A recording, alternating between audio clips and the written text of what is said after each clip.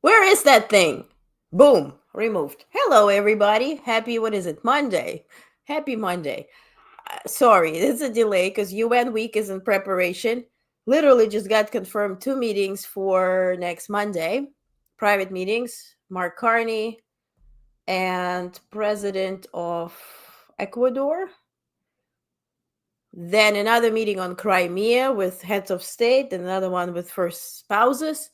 So I'll keep you updated, okay? So if you are subscribed to this YouTube channel, today, big news, we became YouTube partner after back and forth, after discussing content and everything. So your subscriptions, your likes, your comments, your shares, your views, most importantly, helps us, helps me keep all of this operation ongoing. And so, of course, I'll take you in all of those meetings.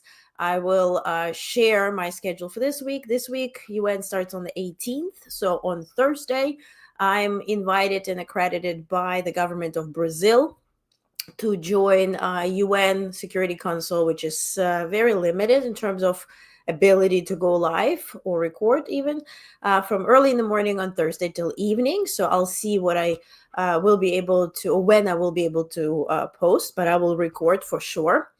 And then it all begins. It's like a whole big hoopla. Next week, Monday, I told you 2 meetings. Tuesday, Zelensky meeting. Wednesday, Zelensky meeting and Macron meeting. And Thursday, something. Anyway, I'll put out the schedule about everything. And I, most importantly, will take you with me. So if you are subscribed here, you're going to have lots of fun. I will make sure to make it personable, not like, hey guys, here's me. I hate that stuff. It's not about me. It's about us having access to the meetings where important issues that affect you and I are being discussed, and that we do have a voice to ask important questions, and most importantly, to have the answers. And so this is the intention for next week. So I'm very excited for you to come with me. Okay, so let's check some comments. Thank you again for being here. And of course, like if you have any schedule with anybody of that level, so many documents to fill out and all that stuff. Hi, Peter. Hello. Hello. Hi, Stephen. Hello. Happy Monday indeed. Hi, Mike. Great day to be alive indeed. Hi, Doc. Hello. Hi, Mike. Hi, Morgan. Hello, everybody. Thank you for being here. We just got breaking news, which I saw, that United States has bombed, as they described it, another boat in Venezuela, killing 3 people. What I want to state is that none of those people are convicted of crime. We don't know who these people are. We have no names. We have no description of these people. We have no description of the boat. We just keep targeting, people that are alleged to have connection to drug cartels. And everything is allegedly, again, connected to Tren de Aragua, the biggest drug cartel in Venezuela. Now, Venezuela did provide, now I'll have a readout, did provide information on the first boat that we did bomb with killing 11 people, that those were immigrants trying to go to Trinidad and Tobago. And in fact, when they saw American ships, they turned around, and at that moment, U.S. struck them. This is per Venezuelan government. And I have a readout there because Trump's response was hilarious. It was so crazy that it was hilarious. None of this is hilarious, but it was so obnoxious. But I'll guide you through it. So first, let's start with, I guess with Sunday. Sunday, Trump posts this tweet. And in this tweet, he talks about foreign companies and welcoming foreign employees. Essentially, if you don't want to read all this, he says, you're very welcome to come here, teach our people how to do the stuff you do so we can outcompete you in the quality of our production and essentially send you back home packing. But all of that does not really align with what happened to 300 workers from South Korea, who all were essentially detained with no reason for it. They had visas. And if there is a question about what type of visas they're having, then you talk to authorities, right, that oversee this workforce. 300 people. Have you been ever in a room with 300 people? It's a lot of people. So they were detained in chains with arms and legs and everything, and deported. And so they did arrive in South Korea. And there I do have a video of them speaking for the first time, sharing their experience, and ultimately saying that, listen, if it continues like this, we will not be coming here because it just makes no sense for us. We're scared for our life. So take a look. Nobody is going to stay and work when it's like this. After this situation, we considered leaving our jobs. I don't know how the visa will work next time, and there will be some people who need to go there, but I have to think about it.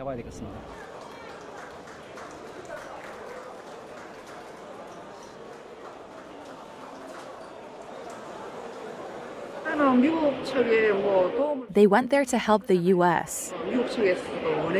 The U.S. side also wanted them to work there, but now they are being treated like criminals, which feels very unpleasant. Since they're not actual criminals, the fact that they were taken away like that, I think that's a real problem. And let's just recap. There is no reason for it. And those are our allies, right? Whom we have defended during war times and whom we have considered really our allies, who, most importantly, whom we would be protecting in case Trump's bestie, Kim Jong-un, would do something against them, right? And put their safety in question. So now, of course, they're not talking about being partners and allies, but okay, militarily, will you defend us, or how's that going to go? And this is what European leaders are also asking, and I have a readout in a bit. But let's, again, start through the weekend.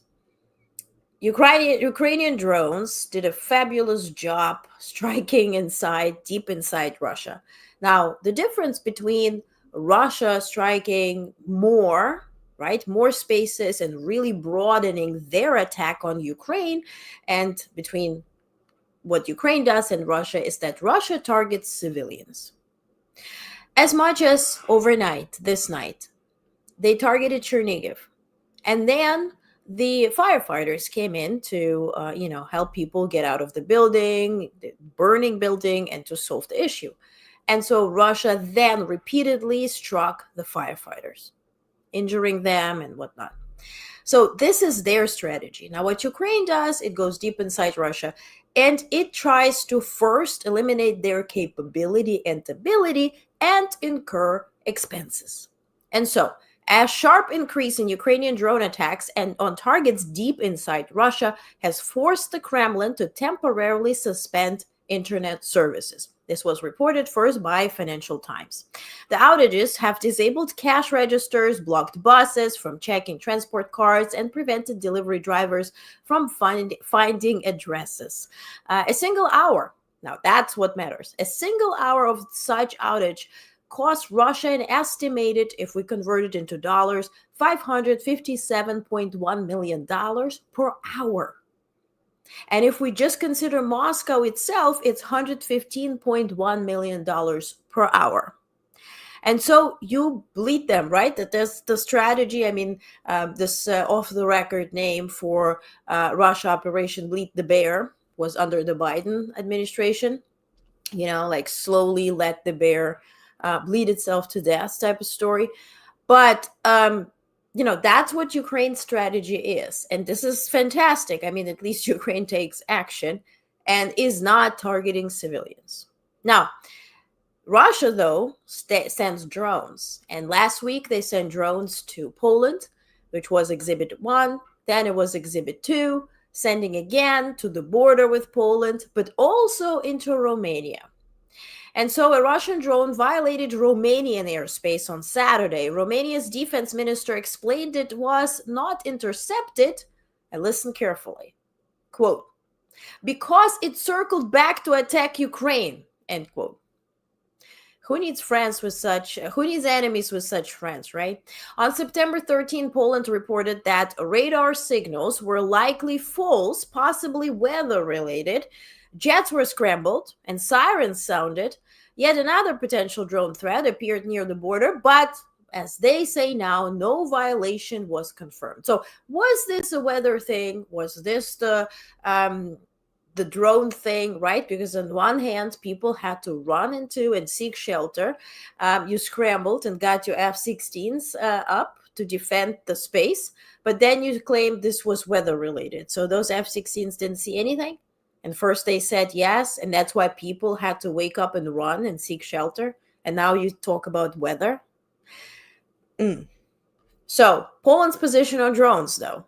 Poland could shoot down Russian drones over Ukraine, they say, but any decision would be made jointly with its allies. And here's the quote of Foreign Minister of Poland, Radoslaw Sikorski, who says, quote, we should consider imposing a no-fly zone over Ukraine. Now, let's stop right here. What does it mean, a no-fly zone? This is not an umbrella, like physically you just open it and, you know, it stops raining. No-fly zone means that everything at the perimeter, the countries and also Polish Air Force, and specifically Air Force, is on high alert, monitoring the sky. And in case anything, they get up, they don't have to scramble. They're ready already. They're on high alert. They get up and they escort it or shoot it down. Right? That's what it means to do close the skies, which is very difficult if you do have also commercial airplanes flying, right? You have then also commercial drones delivering things, and right? So in that case, this is all very questionable in terms of a no-fly zone. Now, no-fly zone over Ukraine would work, right? Again, if the countries such as also Poland would be willing to put their air force on high alert to protect Ukraine. But Poland is not doing this now. Neither will Romania, because the drones are already on their territory. So for their, for their excuse, if you will, is, okay, if drones are coming from Ukraine to Poland and we're overseeing Ukraine, but what if drones come from Belarus? Then we have to scramble to defend us. So, now, as to Zapad 2025 exercises, those are joint military drills between Russia and Belarus. So we thought. Zapad is called West 2025. Those are the military drills. And so first, on Saturday, randomly, we heard that, with those drills, India is also on board. In fact, India sent 65-person contingent to take part in September 10 to 16 drills. So they're done tomorrow. So India is actively participating. Now, this is not, the numbers are low here because they're training. And what they're training is to cut off the Baltic states from NATO. Right? I showed it to you on the map last week. So that's what they're practicing at the border of Poland. Now, if this is not enough, we woke up today to this fabulous news that, in fact, our own U.S. Air Force is there too. And they're not just snapping pictures or anything. The Air Force is also now speaking Russian, is being greeted by Belarusian authorities. And where they said, well, they thanked Belarusian officials for the invitation, and they're ready to provide advice. So now, U.S. Air Force, just to recap, and I'm going to show you a video, and if you understand Russian, you will get everything confirmed that I just told you. U.S. Air Force was invited by Belarus, came to Belarus to oversee Russian and Belarusian drills together with India that are practicing to cut off eastern flank, the Baltic states in NATO, or invade Poland. And they're providing advice. I'm just stating the facts that are literally in the video. So here's the video so you can visualize it.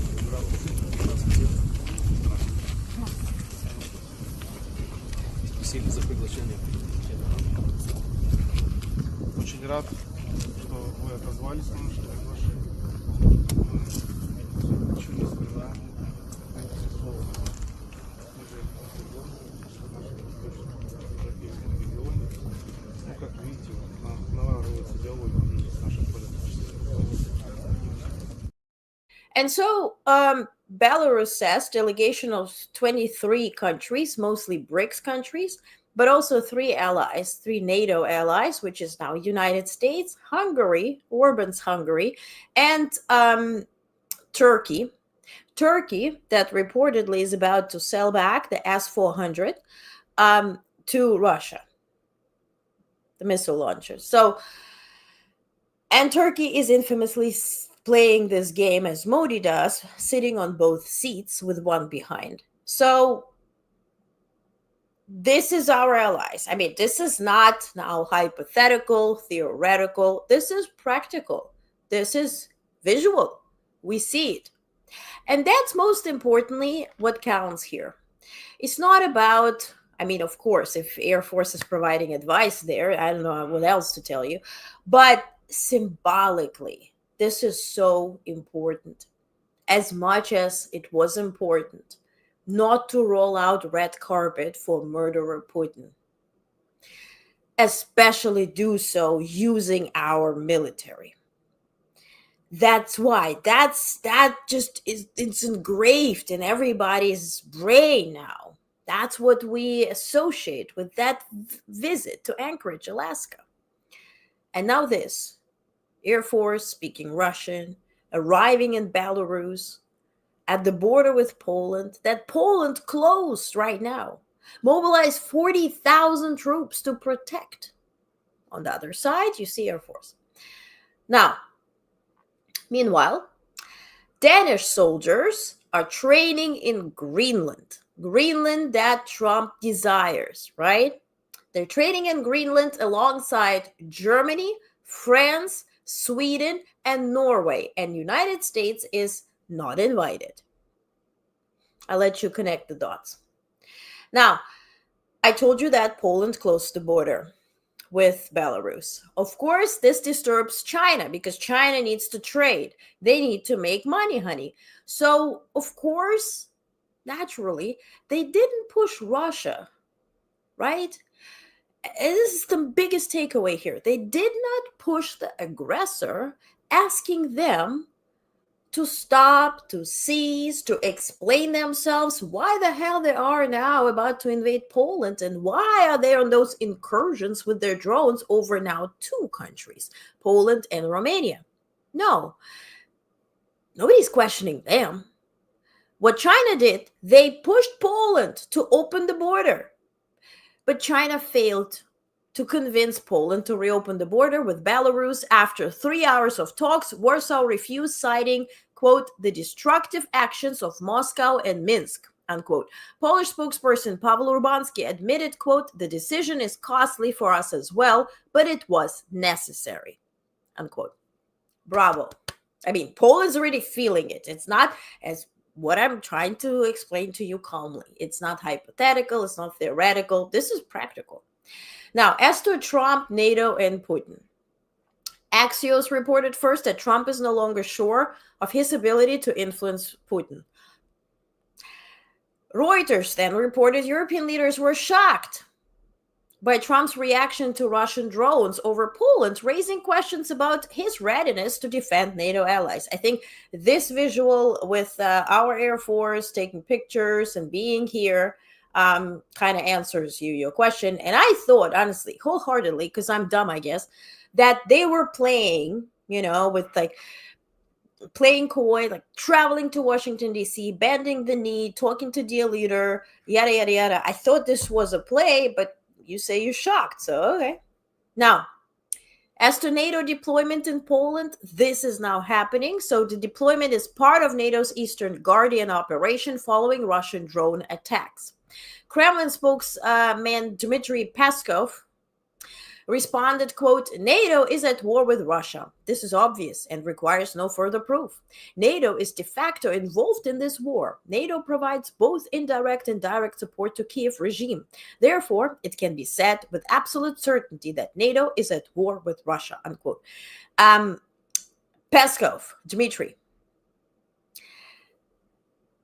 Whose achievement was that? That Finland and Sweden, who refused to join NATO, or even consider joining NATO because they're so democratic and liberal and really didn't give a shit investing into their defense.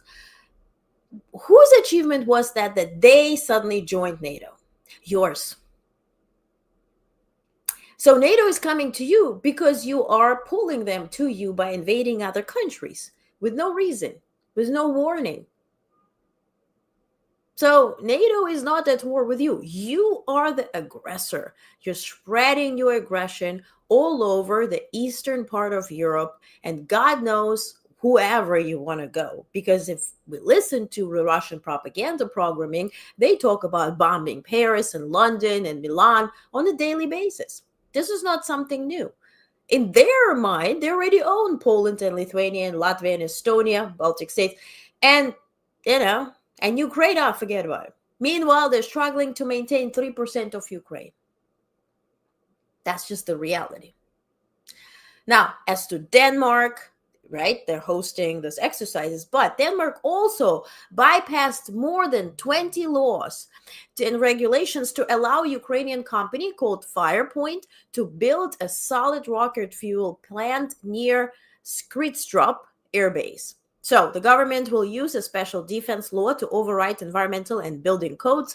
Firepoint will be temporarily exempt from risk control rules with promises of constant supervision and gradual compliance. What does it tell you? It tells you that Denmark, in charge of Greenland, takes these threats very seriously. For them, it's also past the stage where it is hypothetical, theoretical. This is practical, and this is too late. Let's call a thing a thing. But before we move any further, I want to talk more about the tweets because we got a lot of tweets today. Probably you haven't read them, but I'll force you to kind of dive into that. There was a lot of broad negativity and dissatisfaction with everything that concerns us. So it was about Governor Kathy Hochul of New York. She endorsed, as Trump calls him, little communist Zoran Mamdani. She officially endorsed him for mayor of New York. Then he complained about NFL. He says they have to get rid of those ridiculous looking new kickoff rule. And how did it pass? Then he talked about subject SEC approval. Companies and corporations should no longer be forced to report on quarterly basis. Rather, they should just go annually. That reminds me on those COVID stats, right? If we don't test them, they're not sick. He tells you exactly what he does. This is not new. But most importantly, this tweet was this morning. And this tweet talks about, well, DC, and of course, it's like infested with crime, but he'd fix it, but it's infested, but he'd fix it, it's infested. He goes back and forth. But then he says, don't worry, I'm with you. And I won't allow this all to happen. It's, I'll call a national emergency and federalize if necessary. Thank you for your attention to this matter. Make America great again. And all of this is a result of Project 2025.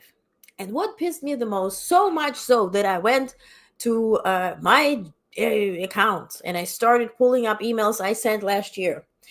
When I was reading this 920 pages of Project 2025, and I was reading about what he's about to do to HSS, what he's going to do to FDA, what he's going to do to DOE, Department of Education, and so on and so forth. And I sent emails to, at that point, Biden administration. Here I have them. I can read it. I hope this email finds you well. This was to Assistant Secretary Pace. Where was it? HSS, right? My name is blah, blah, blah, blah, blah, blah, blah. I'm writing to kindly request a brief 5-minute interview with you to discuss the contents of Project 2025 and their potential impact on health and human services. Specifically, I would appreciate your perspective on this subject relevant to HSS presented in the document. It's important to note that the intention of my analysis is to show, first and foremost, independent voters what is on the line this election season and how their vote matters for the democratic future of our country. And I send it to director, and I send it to Assistant Secretary, Public Affairs, and I send it to Media Department and Secretary, Assistant Secretary, and the Director more, and Chief Administrative Law Judge, and all this, and department by department. Do you think I got one answer? 0. This is March 27th. March 27th, we were still chilling, minding my business, and then I look around and I couldn't resist this. Yes? We were chilling. We had the goddamn manual. So don't wonder, yes, martial law is coming. Yeah, it was announced. How else do you think somebody is able to sign over 100 executive orders on day one when they haven't even moved to their west wing? This was there. That's what pisses me off. Way before the election. But let's move on. Well, we're still there. So UK far-right rally. So now this is coming to UK, right? If it works in one place, then they try to spread. Musk and company did not succeed to overturn the German election, right? The far-right party essentially ended up second, but they could not win. So he's moving his efforts into England, into United Kingdom. So London saw the largest, and I do have a photo here, largest far-right protest in British history this weekend. Over 100 marched at the Unite the Kingdom rally, led by Tommy Robinson and addressed by Elon Musk, who declared, "The left is party of murder, and unless we fight back, they're going to kill us." So what I want to show you here, I don't want to even dive into this. He is sponsoring this. This is serious. My question is, can we trust you, British people, to defend yourself? First and foremost, forget about us. We're gone.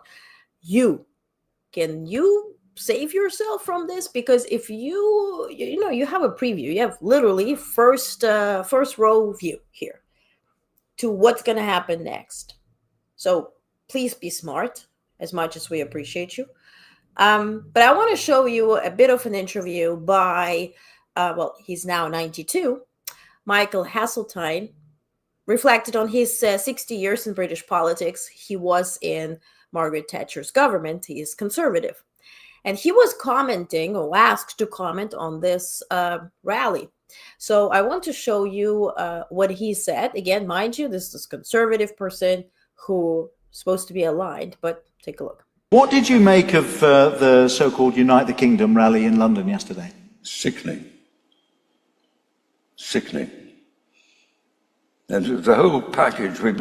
God knows, I mean, when will we ever learn?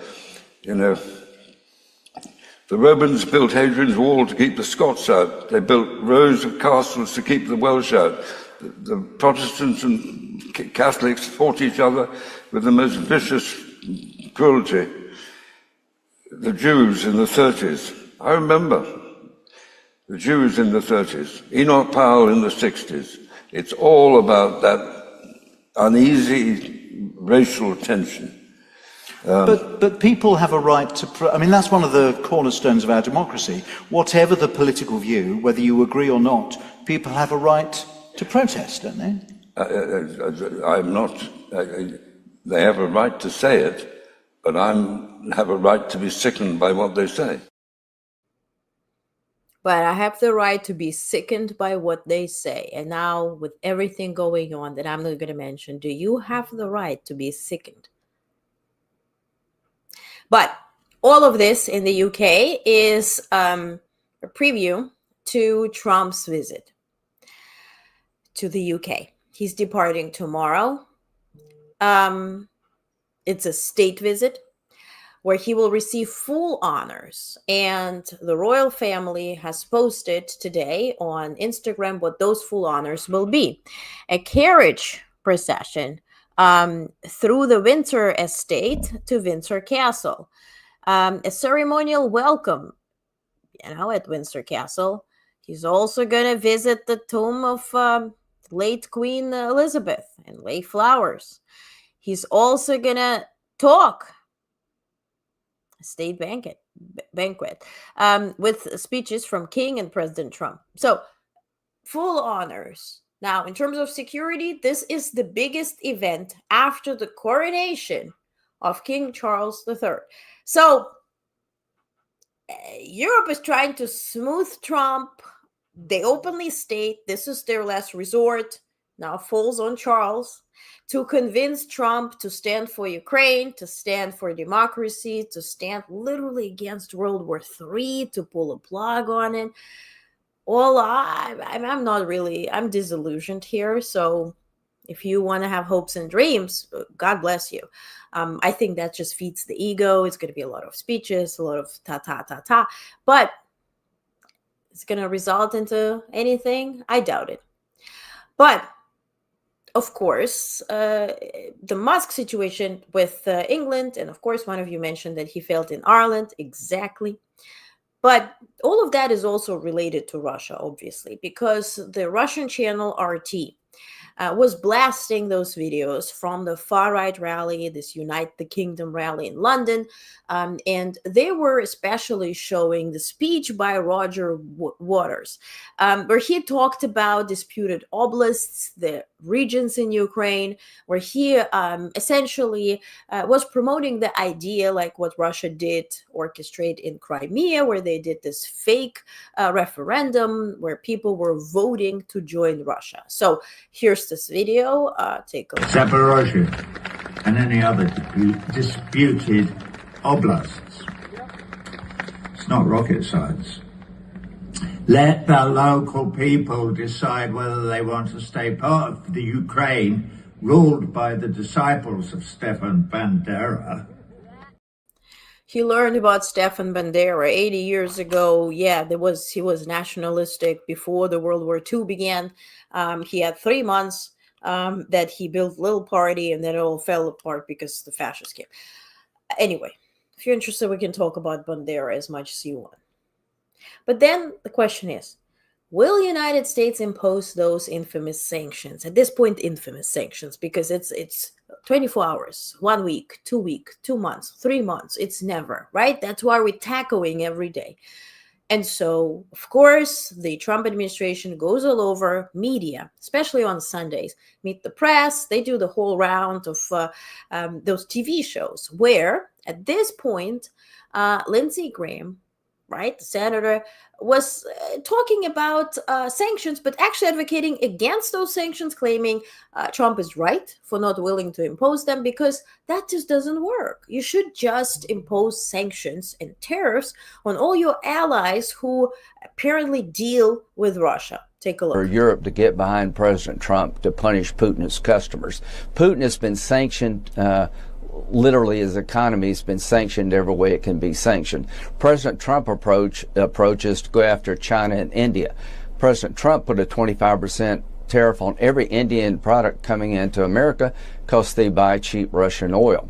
He is now going after China. He posted yesterday to our European allies, mostly NATO allies, that he expects them to follow his lead by imposing tariffs on China for 50 to 100%, up to 100% on products coming into Europe. It is now time for Europe to get behind the Trump approach. The Europeans say they love the Graham bill. Graham-Blumenthal bill is 85 co-sponsors in the Senate that will allow President Trump to tariff people who buy cheap Russian oil and for their benefit. But here's the problem. European leaders pay attention to Economy 101, where they understand that tariff costs their own people who already struggle with higher prices because of Trump and the trade war he started. So then imposing tariffs on Chinese products and Indian products will just screw Europe, right? Because they're scrambling to get to spend this 5% GDP into military defense. And then now Trump is late producing stuff. I have a readout. And it's going to cost way more now for the F-35s that Switzerland already prepaid for. And they said pay extra. And then Trump wants to add 10% on top. And then let's tariff also all European citizens so they can just be homeless. And here's what Trump says. Take a look. And you know, I stopped 7 wars. I thought this was going to be an easy one for me, but this has turned out to be tough. The hatred between Zelensky and Putin is unfathomable. Do you still believe that they will talk? That they will have a... I don't know. I think I'm going to have to do all the talking. They hate each other. When do you think that will take place? I don't know. Relatively soon. Has any of the NATO... We're going to get it worked out one way or the other, but relatively soon. Has any of the NATO... They hate each other so much, they can't breathe. I wonder why. I'm not a hateful person, but I developed a certain hate towards Russia. You know why? Because they bombed my house. I don't really tend to fall in love with people who hurt my family and kill friends. But who has a say here is China. And China is speaking. China said today they threaten a decisive reaction if NATO countries under pressure from the US, introduce tariffs on anybody buying Russian oil. What that's going to be, we don't know, right? The dragon will decide. But they're threatening now all our allies to impose other type of sanctions on them if they will listen to Trump. And so now Trump cornered himself. He lost the allies. He lost the wannabe, friends with whatever the friends he imagines he has in the faces of Kim Jong-un and Xi Jinping and all that. He talked about it as recent as today. I do have a readout in a second. He doesn't have them as friends, never had them as friends, losing their own allies, cornering Europe, cornering now potential victim. But if you think about it, is it really new? Because what this administration has been doing since January, and actually way before, is cornering the victim, Ukraine, right? Zelensky is angry at Putin. Ukraine is not giving up territories. Ukrainian people want to fight. They want to return their children, but maybe the children want to be Russian. So we tend to insult victims. Could also be rape victims. For them to fail to defend themselves. And we always protect those who murder them, who rape them. We protect the rapist in all forms. But today, Russian state television published this video, a very interesting one. You got to read the subtitles in a second. So this features Chinese mercenaries who joined Putin's war in Ukraine, including a drone operator and sapper engineer. So take a look what they have to say and read the subtitles. К нам в учебный центр приехали дорогие гости из Китая, но они не просто гости, они участники специальной военной операции. Один из них оператор, другой сапер-инженер. Они боевым расчетом готовятся наносить огневое поражение силам националистов. И сегодня мы с ними познакомимся. Как вас зовут? 我来自中国，名字叫李斌。我叫肖星奇。Как вам СВО, специальная военная операция? Как вам у нас вообще в беспилотных войсках? 我们都曾经在前线作战。Да. Как вы думаете, чем закончится специальная военная операция? 我们在无人机部队过得很好。是的。Как вам вообще в российской армии? Хорошо, плохо, как нравится? 我们认为这场战争的胜利一定属于伟大的俄罗斯军队。Yes， 是的。хорошо。我们向俄罗斯和萨拉托夫市的居民致以特别军事行动的问候。我们一定会胜利，胜利一定属于我们。俄罗斯和中国永远在一起。乌拉。Спасибо. Hoorah! I hope they have those bags that they will need very soon. Now, US and Venezuela, right? So, old news, and then I'm going to get the breaking news. According to New York Times, Secretary of State Marco Rubio is preparing the most significant military actions of President Trump's second term targeting Venezuela. 6 F-35Bs, stealth fighters, landed in Puerto Rico on September 13th. Today is 15th. To support operations against drug trafficking and Venezuelan dictator Nicolas Maduro. The Venezuelan Defense Ministry denounced U.S. violations of its air and maritime space. Now, Trump commented on the strike that killed 11 Venezuelans. Now, I want you to listen very carefully here. He's commenting on the strike that killed 11 people. You ready? Good. Reporter says, the president of Venezuela called the strike on the boat illegal. Trump says, what's illegal is the fact that 300 million people, Americans, died last year from drugs.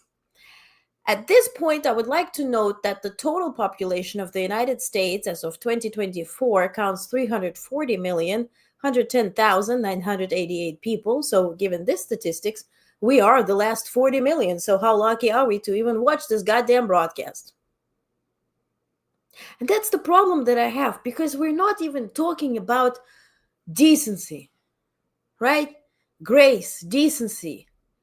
We're not talking about intellectual people, right? Because not all intellectual people are decent people, could be assholes. We're not talking about knowledge, right? Let's go deeper. We're talking about the lack of completely understanding how world works, where are we, who are we, what the hell happens? We're not talking about bad education. We talk about lack of goddamn education. And it's appealing to people with lack of education. And apparently it's a majority here.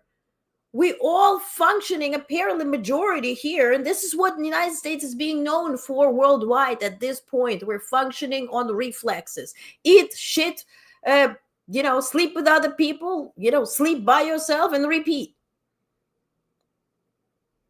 Because it's reflex, you do it.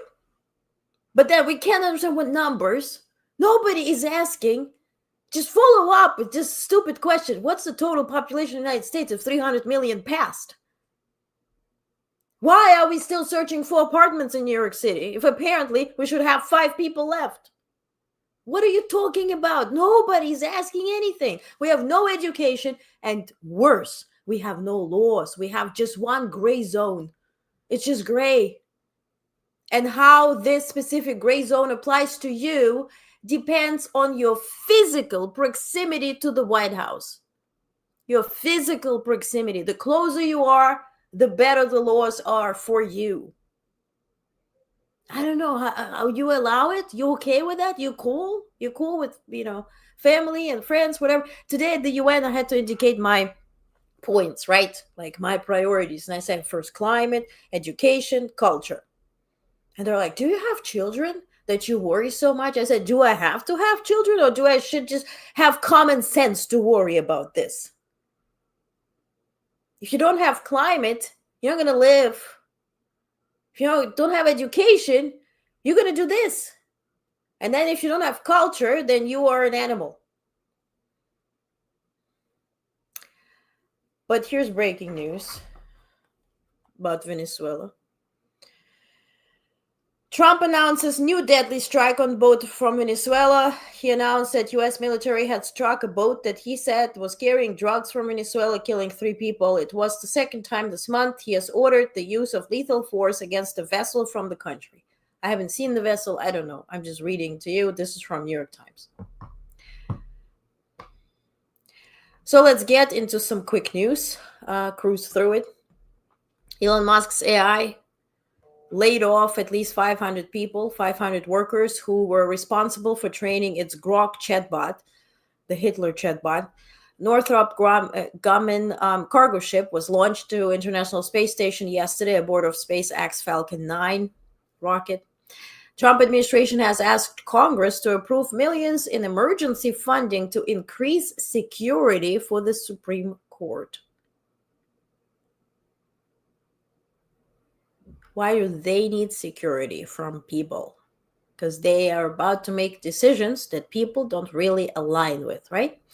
Toxic fumes in airplanes are making crews and passengers sick. That's crazy. According to to the Wall Street Journal, doctors say the brain effects are comparable to concussions in NFL players. Now, members of the Make America Healthy Again movement are furious over Republican provision that could shield pesticide producers from paying billions in damages to plaintiffs. The Pentagon blamed, that's what I was referring to.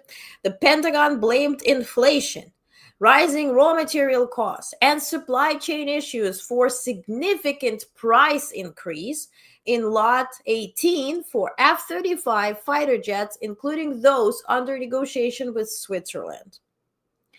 A new American Enterprise Institute report estimated that the Golden Dome missile defense program could cost anywhere, this range is fantastic, anywhere between $252 billion and $3.6 trillion over the next 20 years, depending on scope and coverage. We go from $500 billion to $3.6 trillion. Whee! Okay. Okay, let me check the 2 comments here. Was just thinking the same. Oh, Doc. Okay. We have no legitimate media questioning anything that have lost their, yeah. I mean, look, we do have legitimate media. They don't have access. That's why when folks were commenting online, and I understand where you're coming from, that you get your information from independent sources, right? But then who is accredited to come to meetings on the record, off the record, near the record, no record, with decision makers, to put it this way, are the legacy media people. You cannot imagine what it took me to, and what type of hoops I had to jump to be accredited to all the meetings that are following this week and next week with the UN and around it. Different countries. I'm accredited by 2 different countries. None of them is the United States. So for that reason, and I'm in like reporting and pools of 4 countries. So none of them is the United States. And that just tells you how the access is so limited, you know. And with all due respect, I know that independent media usually is somebody seated like me here in the room commenting every day. But you got to get out. You have to speak to people. You have to be the source of information, not just rely on whatever you see, whatever you hear, and it's a third mouth type of, sourcing. You got to speak to people. So that's what I'm doing this week, next week. So I'm, excited to learn more. So we have no legitimate media questioning everything. Okay, this was, I saw it right. Okay, so now as to federal rate cut, the Federal Reserve is widely expected to cut interest rates on Wednesday. Not enough for Trump. He is tweeting today saying, too late, Powell. You probably will cut too little, so go more because the house market will boom. Inflation ticked up last month, complicating the central bank's calculations, but softening labor market is expected to seal the deal. It's been 9 months since the Fed last adjusted rates, despite persistent pressure and even threats from President Trump. Meanwhile, the administration is asking a federal appeals court to rule on whether Trump has the authority to fire federal governor Lisa Cook, and is pressing for a decision before the Fed meeting begins on Tuesday, because of course this will affect the vote. Now, as to immigration crackdowns and rights campaigns, as the Trump administration ramps up its immigrant enforcement, civil rights groups are mobilizing to help immigrants understand their legal protections. Know Your Rights, those are the trainings that are spreading with small flyers appearing on business doors across the country. Here's a quote: ICE and Homeland Security cannot enter without a warrant signed by a judge. This is the information that's being widely spread to everybody who might be affected. But at least one union explained the aim of the campaign is to ensure families in Latino and Black neighborhoods are aware of their rights, as some cities prepare for possible deployment of National Guard troops and ICE agents. Now, question is, how much will they respect it? Doc says, I take everything with a grain of salt these days. Coarse salt. Yeah, right? Yeah, like that kosher salt, the huge one. Okay, so let's get to some quick global news. In Gaza, Trump says he wants the war to end soon. Question is how? Rubio is today meeting with Netanyahu. In Sudan, the worst battleground of civil war is Al Fasher, where hundreds of thousands are trapped. Civilians face starvation, bombing, rape, or death, whether they stay or flee. At the city's last hospital, 30 to 40 severely malnourished children arrive every day. People seem to have forgotten us, a doctor told Declan Walsh, breaking into tears. As to vaccines, governments worldwide are trying to fight hesitancy with science and investment, but America's rising anti-vaccine movement is making the effort harder.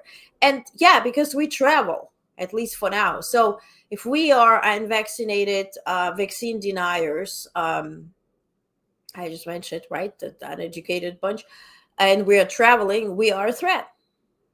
And for them to come here is a threat. As to Britain, for Trump's state visit this week, UK is preparing for its largest security operation since King Charles III coronation, as I mentioned. In Portugal, the funicular crash, remember that little tram crash that killed 16 in Lisbon, has shaken the city and its idyllic self-image. It's a big deal in Portugal. Now, producers in Scotland and Kentucky are joining forces to lobby for lower tariffs on scotch. And as to U.S. and China tech, Beijing accused NVIDIA for violating antitrust law, another sign of mounting U.S.-China tensions. But U.S. and China did meet for 2 days in Madrid to host talks. And so, of course, Trump tweeted today, partially true, partially not. So he says the big trade meeting in Europe between the United States of America and China has gone very well. It will be concluding shortly. A deal was also reached on certain company young people in our country very much wanted to save. They will be very happy. I will be speaking to President Xi on Friday. The relationship remains a very strong one. Okay. Well, okay, I'm not going to get personal. Now, the reality. The fourth round of U.S.-China trade talks in Madrid focused on or produced a framework deal on TikTok, with details expected later this week. Wendy Cutler, senior VP at the Asia Society Policy Institute and former U.S. trade negotiator, is my source. She says, instead of just agreeing to roll over the TikTok deadline, it appears that both sides have found a way forward to transfer ownership to U.S. company. If accurate, this would represent an important step forward in resolving a lingering bilateral dispute, end quote. Now, much of the 2-day meeting, reportedly, was devoted to airing grievances. Analysts noted that China was far more assertive than during Trump's first term. They called it phase 1, using leverage on critical minerals and magnets. Some of Beijing's asks were described as aggressive. So now looking ahead, Trump and Xi are scheduled to speak on Friday. which could clarify whether bilateral meeting will happen. Either that could happen at APEC summit in Korea or during Trump visit to China. Now, more work is needed between our Scott Bessent and their Vice Premier He. Another meeting is in a month is possible, though time is tight. That's between them. Deliverables may include Chinese purchases of U.S. goods, U.S. restraint on high-tech export controls, and 90-day extension of the tariff pause expiring in November. Now, broader negotiations could eventually expand to address overcapacity exports. Now, what is true is that China is hosting APEC and U.S. is chairing G20 next year. So if that is not this year, they certainly can also meet in 2026. Now, statistically, Russia escalated strikes on Ukraine when Trump came into power.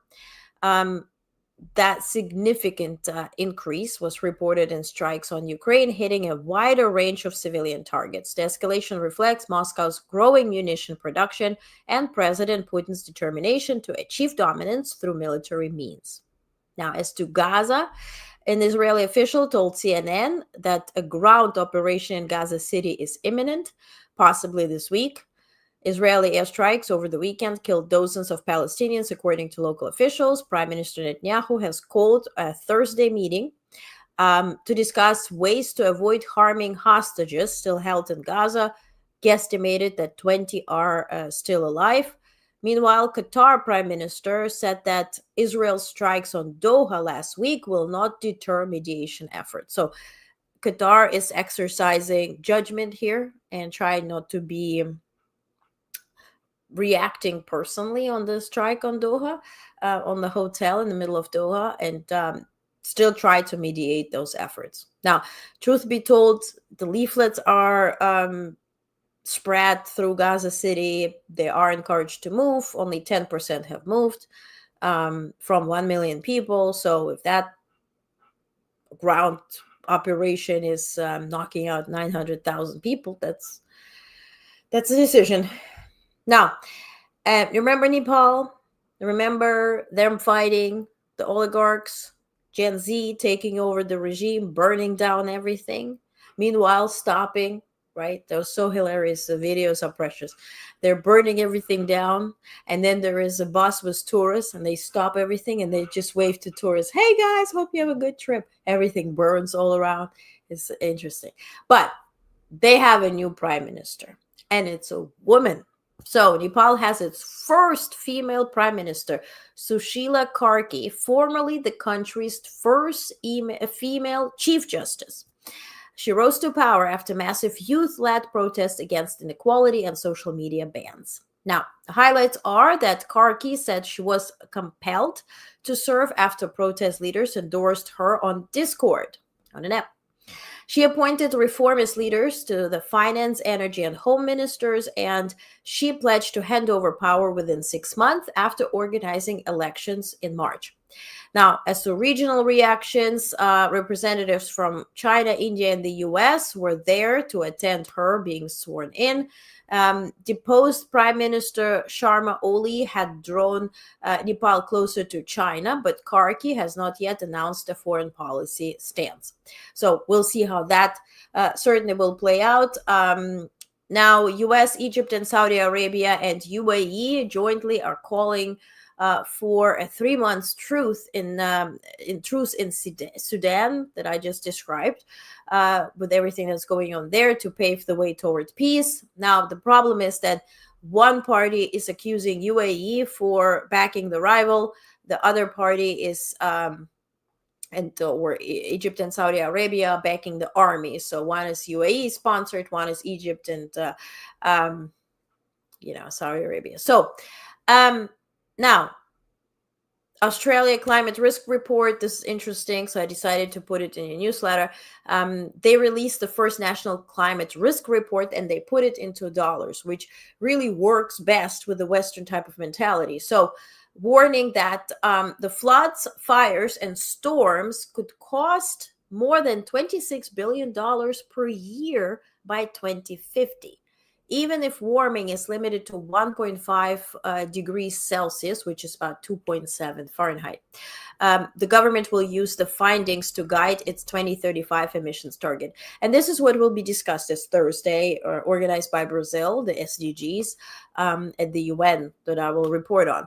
And certainly they already sent memos as to other countries will try to pitch in and replace the United States, since we are neglecting our efforts to combat climate change, right?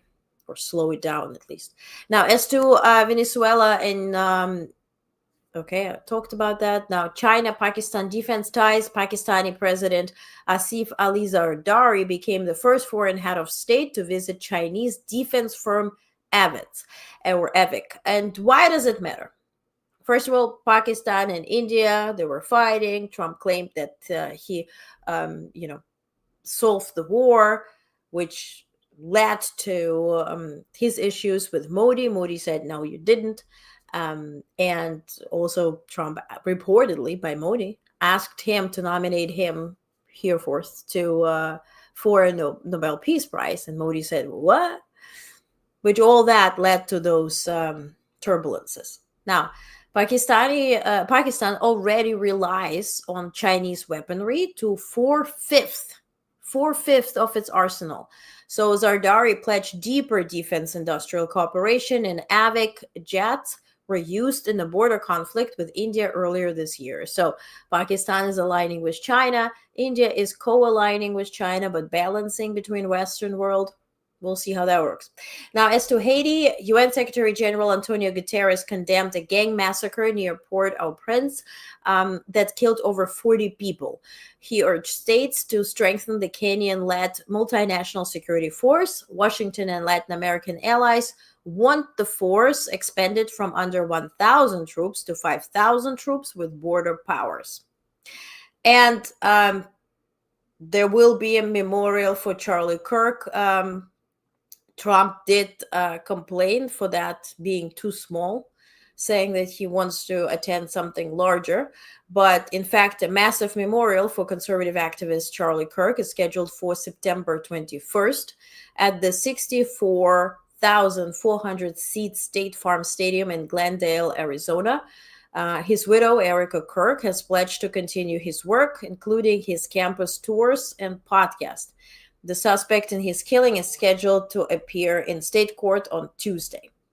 Now, as to what's coming up this week, aside from my schedule and what I talked about, I'll focus on that tomorrow, and I'll explain how to get the app downloaded, because with everything that's going on, I will be posting on our app, because I only have overview of everything going on there. I want to escape the crazies, but I also want to feel safe. So I will be posting all the updates in real time there, and then a few hours later or by end of the day on Blue Sky and like whole social media. It's free, so please download and get it, and I'll explain tomorrow how you can do it. Now, this Tuesday, Trump arrives in UK for unprecedented second state visit, as I told you. Now, Tuesday, also U.S. retail sales data is released. Wednesday, Meta Connect 2025, if you care. The company's annual VR and AI showcase kicks off. Thursday, new data is released on U.S. jobless reports. And also on Thursday, updated mortgage rates released following last week's drop. So if you care, that's what's going to happen this week. And some things in history, I mean, this fits like a glove. 1935, today, September 15th, Nazi Germany enacted the Nuremberg Laws, stripping German Jews of citizenship and other rights. 1940, during the Battle of Britain, the Luftwaffe launched its largest and most concentrated aerial assault of the campaign. In 1963, a bombing at the 16th Street Baptist Church in Birmingham, Alabama, killed 4 black schoolgirls during Sunday services, a key moment in the U.S. civil rights movement. And talking about that, and of course, 2008, Lehman Brothers filed for Chapter 11, knocking all of our finances down. But speaking about civil rights, the latest episode of Curating Culture is just 7 minutes, 40 seconds. Come on, use the bathroom longer. So I don't want to know what you're going to do, but please watch it. I went to inside the Shabazz Center where Malcolm X was assassinated. Then his wife, Dr. Betty Shabazz, preserved this ballroom, which was formerly known as Audubon Ballroom. I explained what it looks like now. I showed what type of events are there. This is in collaboration with Columbia University and also the representative Nadia Christidi is also speaking on camera there. And this is just part one. They're going to be part two. But this is 7 minutes, 40 seconds. Took me literally 10 hours to put it together yesterday because it's a lot of stuff. But I wanted to show you just the first 40 seconds of it. And then I'm going to show you the clip of the day, which is beautiful. Okay? Beautiful. So take a look. This is our new Curating Culture episode, available now right here on YouTube. Welcome back to Curating Culture. We are in New York City, this time in Harlem. Harlem is not just a neighborhood, it is a symbol of resilience, creativity, and leadership. From Harlem Renaissance in 1920s, when jazz, poetry, and black art shook the world, to today's ongoing movements for justice and equality, Harlem has always been a place where voices rise, where change begins, and where history is written. From Langston Hughes, considered as the leader of the Harlem Renaissance, to Duke Ellington, the key to Harlem Renaissance, to Adam Clayton Powell Jr., Congressman Charles Rangel, now Alicia Keys and A$AP Rocky, Harlem continues to shape the culture and inspire the world. The Shabazz Center stands inside what was once the Audubon Ballroom, a landmark of Harlem's vibrant past. Built in 1912, the ballroom was a place of celebration where New Yorkers came to dance, listen to music, and gather as a community. Generations of Harlem residents remember the Audubon for its energy, elegance, and joy. And yet, its historic relevance has somber beginning. On February 21, 1965, Malcolm X was assassinated here as he prepared to address the community. In that instant, the Audubon Ballroom became the site of one of America's deepest tragedies. In the 1980s, the building was set to be demolished. But through the determination of Dr. Betty Shabazz and with the support of community donors, it was saved. Preserved against the odds, this site was reborn as the Shabazz Center, transforming tragedy into resilience and loss into legacy. So you just watched literally 2 minutes out of 7 minutes, 40 seconds. So please go ahead and watch it. This really matters. And thank you so much for being here. I want to, before I read your comments, and you're so sweet and nice, guys. Thanks so much. I wanted always to finish on a good note. Now, if you're not Christian, please don't pay attention to the religion here. But I want to show you a concert that was, of course, recently in Vatican. And this is not related, but I also wanted to mention that Pope Leo has celebrated his 70th birthday yesterday. So very happy birthday to Pope Leo. And this concert was in Vatican, and it featured a very beautiful drone show. So again, don't focus on religion unless you want to, but just observe it in terms of a drone show, which is really, really stunning and beautiful. And if you appreciate art, certainly that hits several spots. So take a look.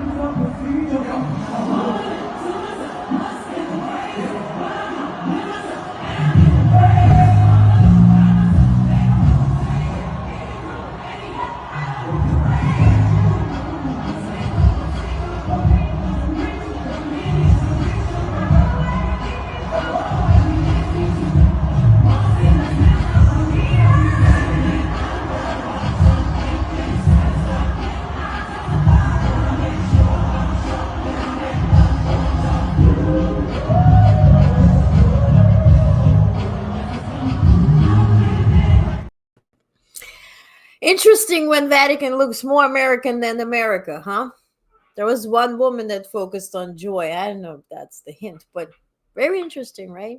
Very beautiful. I'm advocating for drones over fireworks. I don't know about you. Since I was a kid, I felt like, oh, the sky is hurting from all this, and especially since wars and bombings and all this. Maybe we should just focus on drones. I know drones play also big role in wars too, but maybe that's a nicer way. No? But very interesting how different the music was, went from classical to very American type of music. So very interesting. Now, thank you for being here. Your comments are so sweet, guys. Thank you so much. Thank you, Stevens. Thank you, Vernon. Thank you, Mike. Thank you, Mike. Another Mike. Thank you, guys. I appreciate you. I will be live tomorrow at 5 p.m. sharp. We're going to talk about, of course, national global news, but I'm also going to share some things about the schedule, what to look forward to, also about the app, how you can download it, how you can have access to it. It's not something extra special. This is not monetization in any regard. There's no, I mean, if you're using the app, there's no ads or anything. But this is just for me to be safe because I'm going to events. I have 27 events to attend. The last thing I want to focus on if there's some hateful people all around me just because I posted, where I'm going. Okay. So just desperate times needs probably desperate measures, but I would appreciate you if you could join there. So thank you so much, Morgan. Drones don't smell. Love the smell of gunpowder, right? Oh, you do love the smell. Okay. Well, good. Good point. Okay. All right, guys. Thank you so much for being here. Please share this because we're partnered with YouTube so they can sponsor our whatever we're doing, right? Doesn't cost you anything. Let's make them pay up, right? Maybe. Okay. Thank you so much. See you tomorrow at 5 p.m. Eastern. See you on Blue Sky. If you are on Twitter, why aren't you on Blue Sky? So maybe you should switch. Just a suggestion. Keep your head on a swivel. Stay safe. Stay sane. Turn off mainstream media or any type of media if it makes you go nuts. And just focus on your own well-being because that is most important. Have a good night.